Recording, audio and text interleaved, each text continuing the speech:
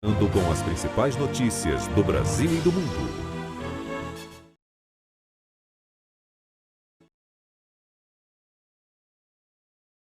Boa noite. Boa noite. O Guaíba, de novo, acima dos 4 metros. E a prefeitura usa sacos como barreira anti-inundação. Onde a água baixou, o perigo permanece. Aqui os bueiros ficaram sem as tampas porque a água jorrava para cima por tanta força que tinha. No Vale do Taquari, casas estão com a estrutura rachando. E o solo, em muitos locais, dá indícios de que pode ceder a qualquer momento. A velocidade da abertura das fendas chama a atenção dos geólogos. Os moradores ainda não têm previsão de quando vão voltar para casa. Aqui na região de Bento Gonçalves são 5 desaparecidos. Os bombeiros estão há 25 dias trabalhando e contando com a solidariedade. As inundações da Lagoa dos Patos e as chuvas geram prejuízos bilionários na agricultura. Pelo menos metade da safra de soja aqui no extremo sul foi perdida. A OMS afirma que a pandemia de Covid reduziu a expectativa de vida no mundo todo. O exército israelense encontra o corpo do refém brasileiro levado pelos terroristas do Hamas. A Corte Internacional de Justiça ordena que Israel pare de atacar a cidade de Rafah. O Jornal Nacional está começando.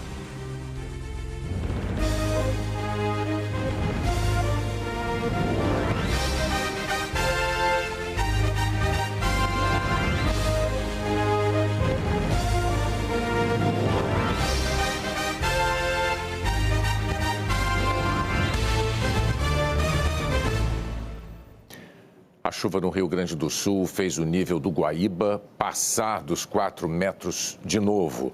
A Maria Eduarda Eli tem as informações ao vivo para a gente. Maria Eduarda, boa noite.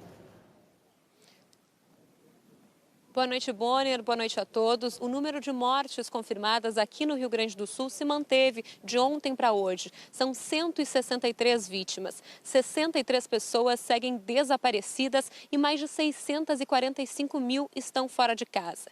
Com a chuva em Porto Alegre, o nível do Guaíba voltou a subir. Está em 4 metros e 27 centímetros, 1 metro e 27 acima da cota de inundação. O vento sul ajuda a represar essa água e dificulta que ela escoe para a Lagoa dos Patos. As rajadas provocaram a formação de ondas em meio às quadras de esporte e à infraestrutura da orla. E agora à noite, a água avançou nas ruas do bairro Ipanema, na zona sul de Porto Alegre. Em Canoas, a chuva alagou bairros onde a água já havia baixado. Moradores precisaram novamente deixar suas casas. Hoje, o governador Eduardo Leite, do PSDB, sancionou a lei que prevê um plano de reconstrução para o Rio Grande do Sul. A lei aprovada pela Assembleia Legislativa estabelece um fundo que vai concentrar os recursos para os projetos.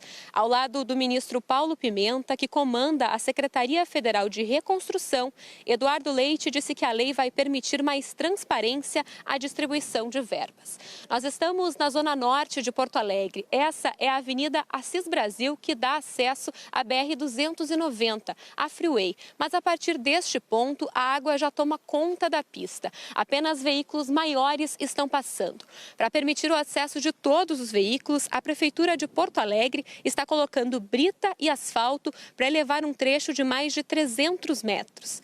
O acesso deve ser liberado para os veículos até segunda-feira. Na região central de Porto Alegre, o repórter Vladimir Neto acompanha a situação do sistema de comportas. Boa noite, Maria Eduarda. Boa noite a todos. Eu estou aqui no Centro Histórico de Porto Alegre para mostrar para vocês aquela comporta lá atrás que fica em um dos pontos mais importantes do sistema de proteção contra enchentes aqui da cidade. Há uma semana ela foi aberta para facilitar o escoamento da água para o Guaíba, mas por causa da chuva de ontem a prefeitura teve de fechá-la hoje. Nesse trecho a água voltou a entrar no centro da cidade e como a comporta estava danificada, a prefeitura teve de montar essa solução improvisada, como vocês estão vendo, colocou esses grandes sacos de areia e cimento empilhados para tentar conter o retorno da água. Agora à tarde, mais uma comporta foi fechada em outro ponto da cidade porque o nível do Guaíba está subindo. Para piorar, o sistema de drenagem de Porto Alegre também não está funcionando bem. Uma casa de bomba que fica aqui perto, por exemplo, que deveria estar drenando toda essa água, não está funcionando. Por isso, aqui continua alagado desse jeito. E essa situação se repete em outros pontos da cidade. Das 23 casas de bombas espalhadas por Porto Alegre, só 11 estão funcionando. E mesmo assim, muitas estão operando abaixo da capacidade máxima. Além disso, segundo o Departamento de Água e Esgotos, a rede de drenagem subterrânea está danificada. Em muitos pontos, entupida com sujeira e lama. Por causa disso tudo, Porto Alegre está com pouca capacidade de resistir às chuvas, como a que caiu ontem e um pouco mais hoje aqui na cidade. Bonner, Renata. Obrigada, Vladimir. Especificamente a zona sul de Porto Alegre foi muito prejudicada pela chuva dos últimos dias. Nem parece que há menos de 24 horas esse arroio causou tanta destruição. Ontem à tarde ele transbordou e moradores precisaram ser resgatados no bairro Cavalhada, zona sul de Porto Alegre. Uma operação quase de guerra para salvar vidas. Porto Alegre é cortada por vários arroios que desaguam no Guaíba. Como o lago está acima da cota de inundação, esses arroios também transbordaram. E quando o arroio Cavalhada baixou, deu para ver que a correnteza arrastou tudo o que encontrou pela frente. Caminhar por essas ruas acaba sendo bem perigoso. Aqui os bueiros ficaram sem as tampas porque a água jorrava para cima por tanta força que tinha. Os canos acabaram saindo debaixo da terra e vindo parar aqui em cima. O asfalto foi todo levado, revelou até essa outra camada de pedra por aqui. Nessa sexta-feira, mais uma vez, choveu o dia todo. A chuva nem parou ainda e a senhora já está limpando. Com certeza, tem que limpar para as pessoas poderem voltar para casa. Dentro das casas, tristeza. E aí agora qualquer pingo d'água que dá na rua, o cara já fica todo cestoso, que antes dizia assim, pá, coisa boa dormir com a chuvinha, hoje se chover é um martírio para nós, né? E olha essa cena que a gente encontrou aqui, ó, uma geladeira que foi arrastada e parou, porque ficou escorada no muro antes de cair lá no arroio. Eu tô sem muro. Quem me defende? Quem dorme? Se o senhor olhar pra minha cara, eu tô com cara do espanto, tô com os cara do horror. Susto também nessa creche. 20 crianças estavam na escola na hora que a água subiu. Saíram daqui de barco. Saíram de barco e no colo dos seus pais, próprios pais, que se arriscaram, muita coragem para retirar os seus filhos de dentro da escola. Uma das crianças era o Davi, de 1 ano e meio, filho do Douglas. Eu fiquei muito emocionado quando eu recebi essa foto, porque eu acabei ficando ilhado com a minha caminhoneta mais para frente e a gente não tinha as informações concretas e o pessoal todo fazendo resgate. E quando eu recebi a imagem que ele estava em segurança, que eles estavam bem, eu chorei, mas eu fiquei aliviado.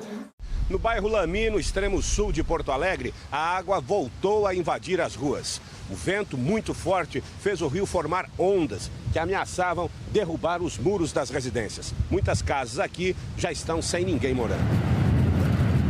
Começou hoje de manhã de novo, estava lá naquele pau lá, agora hoje de manhã com esse vento aí que subiu, né? A gente limpa e deslimpa e perdeu tudo já, né? Isso é uma loucura, mas fazer o quê? Isso é coisa de Deus, né, cara? Não é nós que botamos isso aí no mundo, né? Preocupados, os moradores não tiraram o olho do rio. Preocupada com essa água aí? Muito, muito preocupada. Porque tá demais, né? E chove, chove, chove.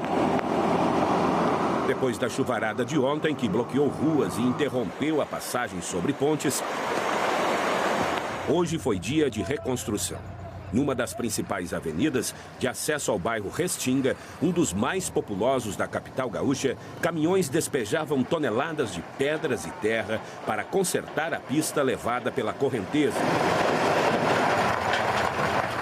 Também teve mutirão de limpeza para retirar a terra espalhada. Trabalho redobrado para comerciantes que tiveram as lojas afetadas pela enchente. Pela quarta vez vamos fazer a faxina.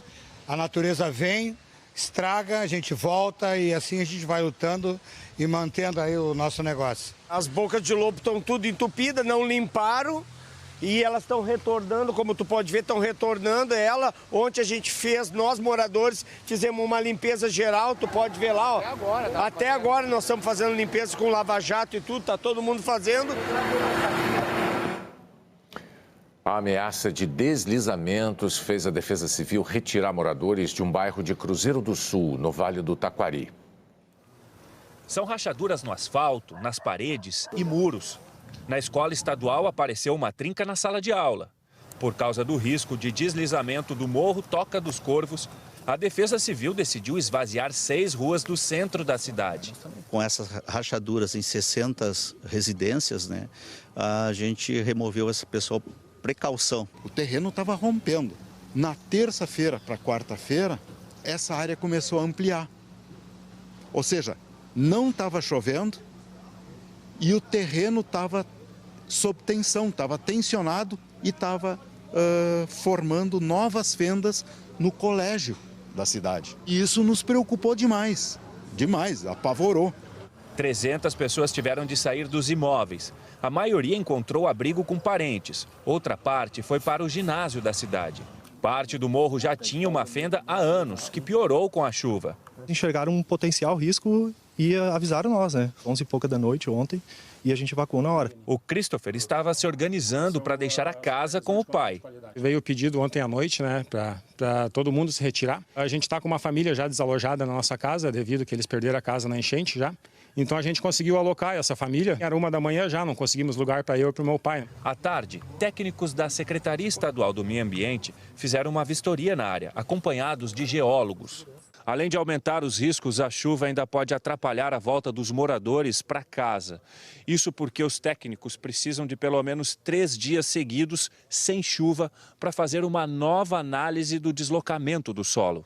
De segunda para hoje, sexta, abriu muito. Né? Então, isso daqui a abertura disso aqui foi mais de 2, 3 centímetros. Aqui existe o risco iminente. Iminente, sim. As autoridades precisaram esvaziar casas também em outra cidade do Vale do Taquari, como mostra o repórter Ginter Scheller. Aqui em Roca Salles, moradores também tiveram que deixar as suas casas. A gente pode ver que a parede começou a rachar. Mas não é só nesse ponto. Lá em cima, mais perto do teto, também há rachaduras. Aqui dentro, onde era a cozinha, a gente pode ver que o serviço de água já voltou, mas o encanamento quebrado segue vazando. A prefeitura determinou a saída dos moradores de 400 imóveis com problemas estruturais. As paredes da casa da Nicole estão com rachaduras na parte interna e externa. Com 2 neném, a gente fica apavorado, a gente não sabia para onde correr, tinha os acessos todos fechados, né? A gente tentou ir na casa da minha sogra, só que fica justo na descida desse morro, então se caísse a casa, ia cair em cima da casa dela. Daí a gente foi para casa do meu cunhado. A ideia é continuar aqui, né? A gente já construiu a casa, tem trabalho, é tudo aqui, né? No sul do estado, a enchente já comprometeu metade da produção de grãos. A subida da água da Lagoa dos Patos traz uma onda de prejuízos sociais e econômicos nessa região. O sul do estado responde por 20% da soja produzida no Rio Grande do Sul, que é movido pelo agronegócio. Os municípios de São Lourenço do Sul, Jaguarão, Santa Vitória do Palmar e Arroio Grande estão localizados em áreas mais baixas e, por isso, registram maiores prejuízos. A associação, que reúne 23 prefeituras, estima perdas de R$1,5 bilhão de reais. Principalmente a cultura da soja, 68% do valor do prejuízo está nessa cultura. Depois temos o arroz, o milho, as hortaliças e o leite. Fernando Resteiner, diretor da Farsul, explica que os produtores tinham colhido somente metade da lavoura de soja. Nós vamos ter sim prejuízos extremamente significativos, beirando aí 60%, 70% dessa área, provavelmente com perdas, entre perdas de lavouras que não conseguirão ser colhidas e perdas de qualidade de grão que nós teremos em função do excesso hídrico. As inundações na Lagoa dos Patos já encontraram os produtores rurais aqui do extremo sul em crise. Eles já sofriam com 2 anos de estiagem, que deixa o solo seco e prejudica a colheita. Agora, plantações inteiras estão debaixo d'água. Em outras, o excesso de umidade no ar e no solo prejudica a colheita. Essa aqui de soja está totalmente perdida. Depois que passar essa chuva que ainda não parou, a gente vai tentar ver o que sobra, certo? E na pecuária também nós estamos com um problema que falta de luminosidade, excesso de chuva, as pastagens não estão vindo e o gado não está evoluindo, está parado. De acordo com a Emater, alguns produtores rurais já acionaram os seguros das lavouras. O problema é que nem todos conseguiram fazer as apólices. O produtor não teve acesso ao seguro. A seguradora não quis fazer porque nos 2 anos anteriores eles pagaram muitos seguros por causa da seca. E agora esse ano o problema está sendo excesso de chuva. A seguir, a previsão do tempo para o fim de semana. Bombeiros ainda procuram pessoas desaparecidas em Bento Gonçalves.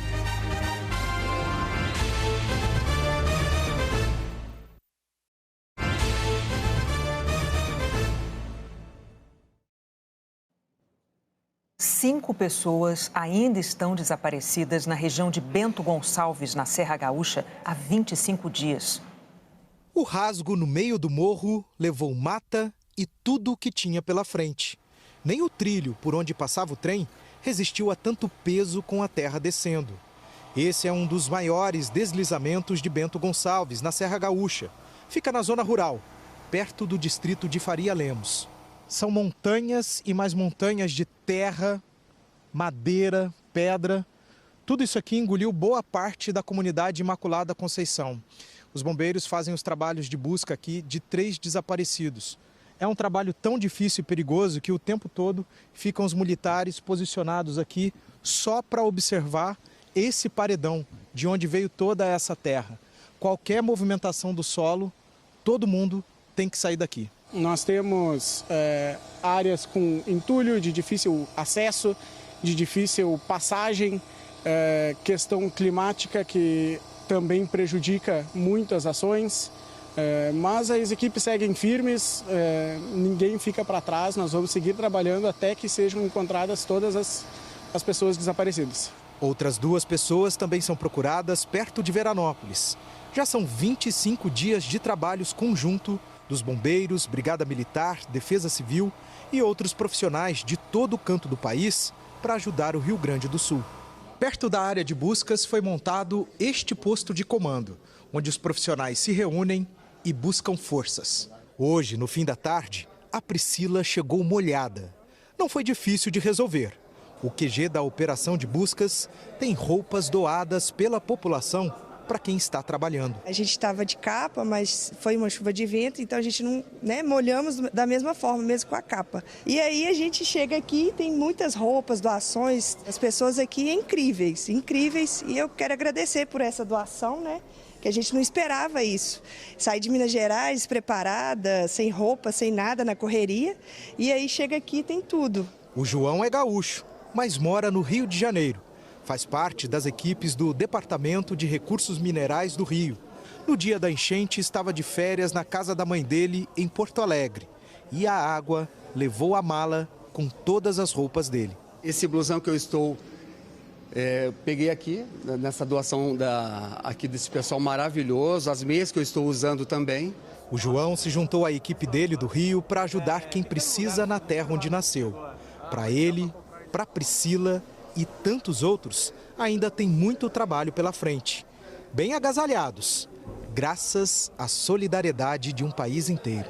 Às vezes a gente reclama muito e a gente tem tudo. A gente tem a nossa casa, a nossa família. Eu saio aqui, outra Priscila. O acolhimento das pessoas é uma coisa assim que eu queria vir ajudar e eu acabei sendo ajudado, Então é uma coisa que a gente fica super grato, É uma experiência impactante e transformadora.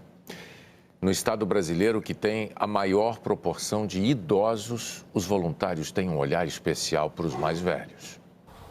É um teste de resistência diário. Até o apartamento do seu Washington, no 12º andar, são quase 300 degraus. Que dificuldade, seu Washington? Realmente é uma rotina estressante. Estamos fazendo isso há cerca de 15 dias. Tá tudo sem luz aqui, né? Sem luz, durante todo esse período. E, consequentemente, falta água. As bombas não funcionam. É resiliência. Tenho 67 anos. Eu tive uma série de coisas, que de certa forma me deram uma robustez pessoal de ter essa condição de, nesse momento, tentar ajudar as pessoas e a sobreviver. O seu Washington também ajuda os vizinhos. Mais alguns degraus até chegar à casa de um deles. Desculpe a invasão. Como vai a senhora? Como é que tem sido a ajuda do seu Washington? É um herói. Todo o tempo trazendo água, todos os dias vindo. Graças a esses amigos aqui, está tudo certo. Não é só o apoio de vizinhos. Voluntários abriram há uma semana em Porto Alegre um espaço exclusivo para quem passou dos 60. Aqui são acolhidos desabrigados da região metropolitana. Já tinha água dentro do primeiro piso. E aí os bombeiros do portão pegaram nós no colo e botaram no barco. Saí com água já quase pelo pescoço, por aqui assim. Resgatada num barco. Morro de medo de água. Os aniversários são comemorados com entusiasmo.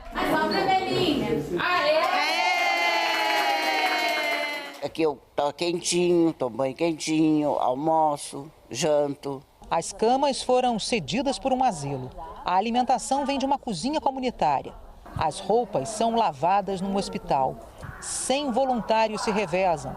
Médicos, nutricionistas, fonoaudiólogos, assistentes sociais e tantos outros profissionais dispostos apenas a ajudar.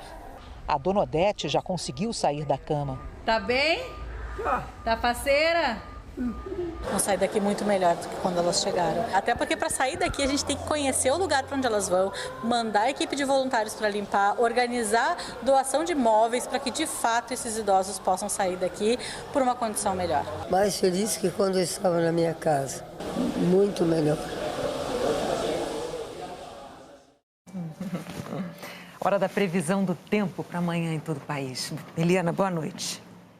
Boa noite, Renata, Bonner e para você. O tempo está limpando no Rio Grande do Sul e amanhã a previsão é de sol o dia todo, só que ele não esquenta. O motivo é esse sistema meteorológico, a alta pressão atmosférica. Quando ela vem do continente, reduz as instabilidades, mas também traz um ar frio. De manhã pode gear nessa área. Ela inclui as regiões de Uruguaiana, Bagé e Santa Maria. Na Serra Gaúcha, diminuiu um pouco o risco de chuva congelada. Ele é maior na Serra Catarinense, onde é mais alto. Em São Joaquim, por exemplo, a mínima prevista é de 0 grau e a máxima de apenas 8. As duas estão bem abaixo das médias do mês. Em maio, elas costumam variar de 7,5 graus a quase 16 graus.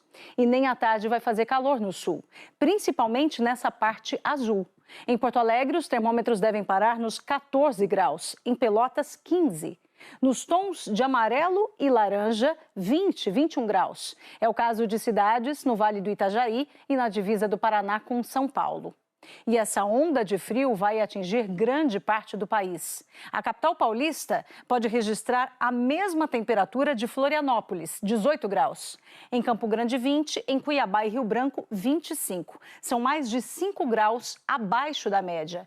Em Curitiba, 16 graus. Enquanto no extremo norte do Brasil e no litoral do Nordeste fica abafado e com pancadas de chuva. E nessa grande parte amarela, o ar seco predomina. No Sudeste, a possibilidade de ventar forte no litoral e nas praias de São Paulo, com bastante chuva também. Em Santos, do fim de semana até segunda-feira, pode chover 95 milímetros, mais do que a metade da média do mês, concentrada em 3 dias. Na capital paulista e na cidade do Rio de Janeiro, o bloqueio atmosférico acaba de vez. Os próximos dias serão chuvosos e com queda acentuada nas temperaturas, especialmente no domingo, dia em que as duas cidades podem ter a tarde mais fria desse ano até agora. Para encerrar, eu antecipo o que está sendo esperado para o início da próxima semana no sul. A formação de um novo ciclone extratropical no litoral da região. Com isso, deve voltar a chover no Rio Grande do Sul na segunda-feira, principalmente no leste do estado. Bonner e Renata. Obrigada, Eliana. A seguir, o exército israelense encontra o corpo do brasileiro sequestrado pelo Hamas.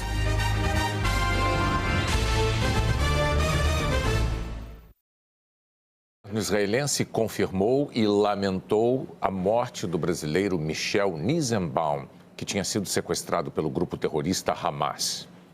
Foi uma espera longa, mais de 7 meses sem saber onde e como estava Michel. Hoje a família recebeu a notícia que não queria ouvir. Militares encontraram Michel morto na faixa de Gaza. Em uma rede social, a filha dele, Rein Marlouf, escreveu: "Quem imaginaria que esta seria a nossa história, que este seria o nosso fim, nosso papi, meu coração está partido. Michel Nizenbaum nasceu em Niterói, no estado do Rio de Janeiro, e tinha 59 anos. Vivia há cerca de 40 em Israel e trabalhava como guia de turismo. Ele estava desaparecido desde os ataques terroristas do Hamas no dia 7 de outubro do ano passado. Naquela manhã, ele saiu de Sderot, onde morava, perto da fronteira com Gaza, para buscar a neta numa base militar em Reim. No meio do caminho, foi atacado. Michel falava pelo telefone com a família quando, às 6h57, a ligação foi interrompida. A filha continuou tentando falar com o pai até que meia hora depois, segundo o relato da família, uma voz masculina atendeu e disse Hamas. He was murdered by Hamas. O exército afirmou hoje que Michel morreu em 7 de outubro e que os terroristas levaram o corpo dele para Gaza.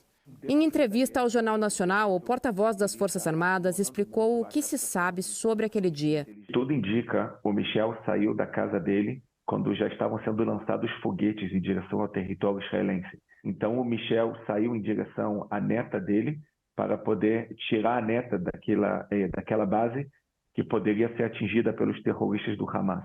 Em dezembro, a filha de Michel e a irmã dele, Mary Shohat, foram ao programa Encontro com Patrícia Poeta. A irmã falou sobre a angústia de ter o parente entre os reféns, mas também sobre a esperança de reencontrar Michel. Tem uma luz no fim do túnel, mas a luz está bastante para lá. Ela não está perto da gente. Eu conversei hoje por telefone com a irmã de Michel, Mary. Ela disse que não estava em condições de gravar uma entrevista, mas contou que recebeu a notícia da morte pelo exército. Ela disse que a vida ficou impossível nos últimos meses sem saber nada sobre Michel e que toda a família foi afetada, mas que este é um momento de fechar um ciclo. Mary diz que espera que os outros reféns possam sair com vida de Gaza e não como Michel. A operação que encontrou o corpo de Michel aconteceu na madrugada de hoje, em Jabalia, norte da faixa de Gaza. Com o corpo de Michel foram recuperados também os corpos dos reféns Hanan Yablonka e Orion Hernandes. E esses corpos estavam em um túnel subterrâneo, dentro de instituições civis, com os terroristas do Hamas utilizando essas instituições civis como escudos para as operações terroristas. O presidente Lula escreveu sobre Michel em uma rede social e disse: soube com imensa tristeza da morte de Michel Nizenbaum, brasileiro mantido refém pelo Hamas. Sei do amor imenso que sua família tinha por ele. Minha solidariedade aos familiares e amigos de Michel. O Brasil continuará lutando e seguiremos engajados nos esforços para que todos os reféns sejam libertados, para que tenhamos um cessar-fogo e a paz para os povos de Israel e da Palestina. Em dezembro do ano passado, Lula recebeu a irmã e a filha de Michel no Palácio do Planalto. Durante a visita ao Brasil, Mary e Ren também foram ao Congresso e pediram ajuda das autoridades brasileiras. Hoje, a Confederação Israelita do Brasil disse que Michel é mais uma vítima inocente do ataque bárbaro do grupo terrorista Hamas contra Israel em 7 de outubro, que deu início a esta guerra. Michel Nizenbaum deixa 2 filhas e 6 netos. A Corte Internacional de Justiça ordenou que Israel pare imediatamente com a ofensiva na cidade de Rafah, em Gaza. Os juízes afirmaram que os ataques israelenses em Rafah representam um risco de danos irreparáveis aos direitos dos palestinos. E exigiram a suspensão de qualquer ação na cidade que possa impor condições de vida destrutivas. A Corte Internacional de Justiça ordenou que a passagem na fronteira entre Rafah e o Egito seja aberta imediatamente para a entrada de ajuda humanitária. Antes da ofensiva, a cidade era o último refúgio para milhares de palestinos. Agora, mais de 800 mil já saíram de lá. O principal tribunal da ONU exigiu ainda que Israel garanta o acesso de observadores externos para monitorar se as medidas foram ou não adotadas. O porta-voz do governo israelense reagiu e afirmou que não há nenhum poder no mundo que impeça Israel de ir atrás do Hamas em Gaza. Apesar de as decisões do tribunal serem obrigatórias, são difíceis de serem implementadas. A corte não dispõe de força policial para garantir que o país cumpra as decisões.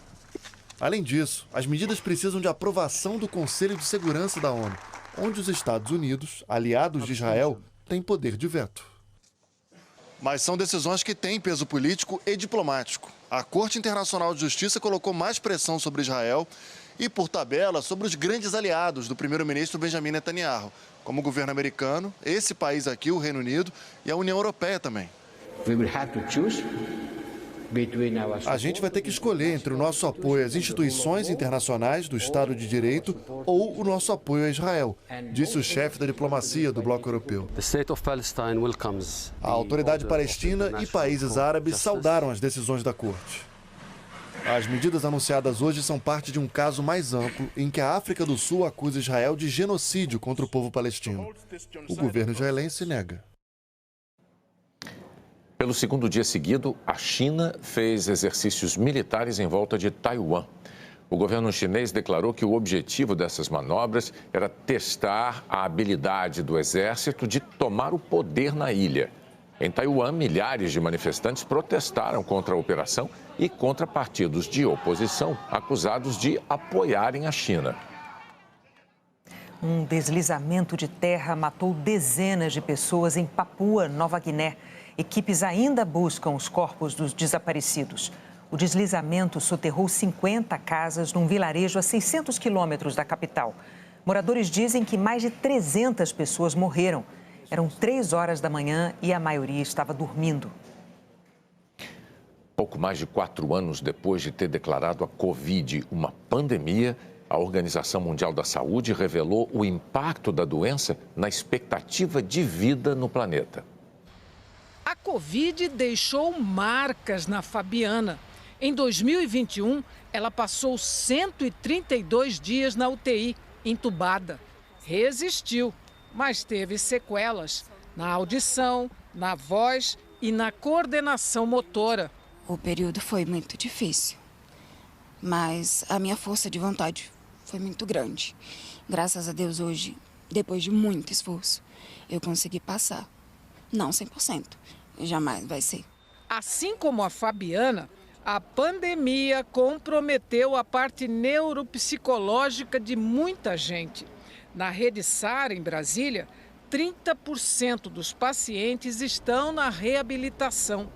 A maioria com problemas de memória, na fala, com ansiedade e depressão. As consequências da pandemia são sentidas até hoje. Mais de 13 milhões de pessoas morreram no planeta por causa do vírus e outras tantas deixaram de tratar doenças como hipertensão, diabetes, câncer e acabaram aumentando a estatística de óbitos. Segundo a Organização Mundial da Saúde, tudo isso fez com que 2 anos de pandemia destruíssem 10 anos de avanços na expectativa e na qualidade de vida globalmente. De 2019 a 2021, a expectativa de vida global, de quantos anos em média vamos viver, foi reduzida de 73,2 para 71,4 anos, a mesma marca que tínhamos em 2012. A expectativa de vida saudável caiu de 63,4 para 61,9 anos, retrocesso de 1 década. Os dados são uma média que levou em conta os resultados de cada região. Na América do Sul, por exemplo, a queda foi ainda maior. A expectativa de vida é diferente para cada região e para cada país, e é muito relacionado com o desenvolvimento do país, com a qualidade dos serviços de saúde e outras variáveis. O presidente da Organização Pan-Americana da Saúde, Jarbas Barbosa, explica a importância desses dados. Primeiro, para chamar a atenção de como foi grave essa pandemia em termos de impacto negativo sobre a saúde das pessoas. Segundo, que nós temos que atuar para recuperar esses danos, esse retrocesso. E terceiro, que nós temos que estar melhor preparados para uma nova pandemia. Nós não podemos permitir que em uma nova emergência de saúde pública internacional nós tenhamos um dano tão importante como esse. O Tony Ramos voltou hoje para casa depois de receber alta do Hospital Samaritano, no Rio de Janeiro. Ele estava internado desde a quinta-feira da semana passada e foi submetido a 2 cirurgias para drenagem de hematomas intracranianos. O neurocirurgião Paulo Niemeyer Filho disse que Tony Ramos deve voltar às atividades normais em 30 dias. O Globo Repórter desta noite traz o resultado das pesquisas mais recentes sobre os benefícios da atividade física. Mexa-se e viva melhor. É a recomendação de médicos, cientistas e ex-sedentários. Os resultados da musculação como tratamento até para depressão. A gente não tem vontade de ir, mas toda vez que a gente vai, a gente fala que bom que eu fui. O hormônio produzido durante a atividade física que pode evitar a perda da memória. Eu não estou preocupada com o corpo, eu estou preocupada com a cabeça.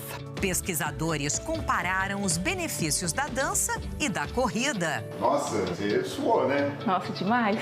Muito cansada. Posso acompanhar o senhor? Uma honra pra mim, vamos lá. O método que melhora as notas de matemática com atividades físicas. E agora que eu sei que tem estudos que comprovam, né? Vou levar pro resto da vida. É hoje, Bora. no Globo Repórter. A seguir, os times escalados para o futebol solidário do Domingão.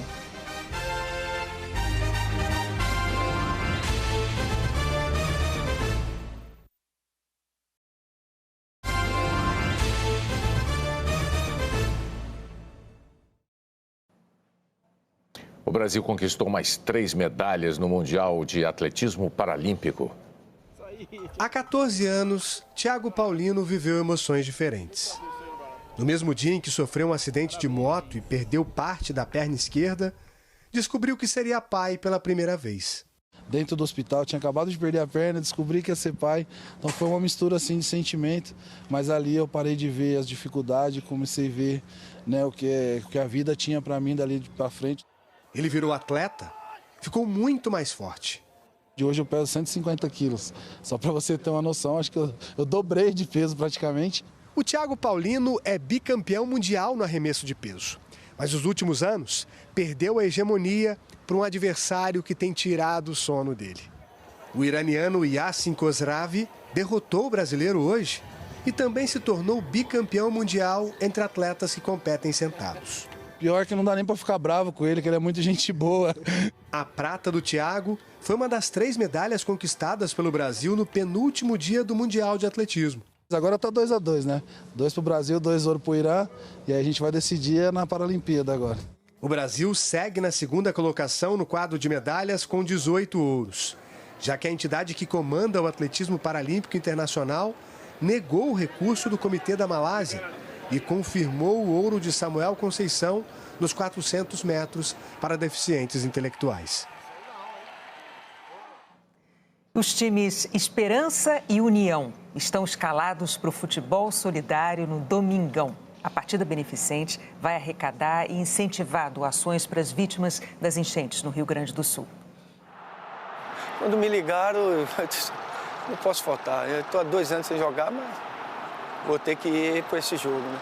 Todo mundo vestindo uma única camisa, acho que é bonito esse momento também, né? Eu espero que isso reflita em gols, espero que isso reflita em muita ajuda para o Rio Grande do Sul, que é o que mais importa nesse dia. Você estar participando, eu acho que é uma honra muito grande. Uma partida de futebol com jogadores e artistas, divididos em 2 equipes que irão se enfrentar no Maracanã, domingo, às 4 da tarde. Os ex-jogadores da Seleção Brasileira Júnior e Bebeto e os atores Giovana Cordeiro e Renato Góes estarão no time Esperança. Comandado pelo treinador da Seleção Brasileira Dorival Júnior, tem ainda o Cafu como capitão, entre outros. O técnico Mano Menezes vai dirigir o time União e contará com o Ronaldinho Gaúcho como capitão, a cantora Ludmilla, o ator José Loreto, o ex-jogador Diego Ribas e a estrela da seleção feminina Tamires. 2 seleções prontas para ajudar o próximo. Apontando o celular para o QR Code na tela, você pode ajudar comprando ingressos para o futebol solidário no Domingão. Os preços começam com R$ 60 a inteira e R$ 30 a meia entrada. O valor da venda dos ingressos da partida será revertido para a Central Única das Favelas. E a Globo doará toda a receita dos patrocínios da transmissão para os projetos parceiros da plataforma Pra Quem Doar. A Globo promove o evento em parceria com o CBF, Flamengo, Prefeitura do Rio e Jogo das Estrelas. A gente já sabe o resultado dessa partida. A solidariedade vai sair ganhando. E os participantes do jogo vão entrar em campo com 2 objetivos: fazer o bem e se divertir bastante. Eu prometo um gol. Aquela, né? Que já chega cheio de barra. E a comemoração vai ser essa aqui, ó. Eu prometo ficar parado assistindo ele jogar. Eu prometo trazer uma dose de esperança muito grande, né? Para aquele povo lá que possa se recuperar o mais rápido possível. Até agora já foram vendidos 35 mil ingressos para o jogo solidário no Maracanã. No site praquemdoar.com.br você encontra outras formas de ajudar as famílias que continuam a sofrer com as enchentes no Sul. praquemdoar.com.br. O Jornal da Globo é depois de sessão Globoplay. Boa noite. Boa noite, um bom fim de semana.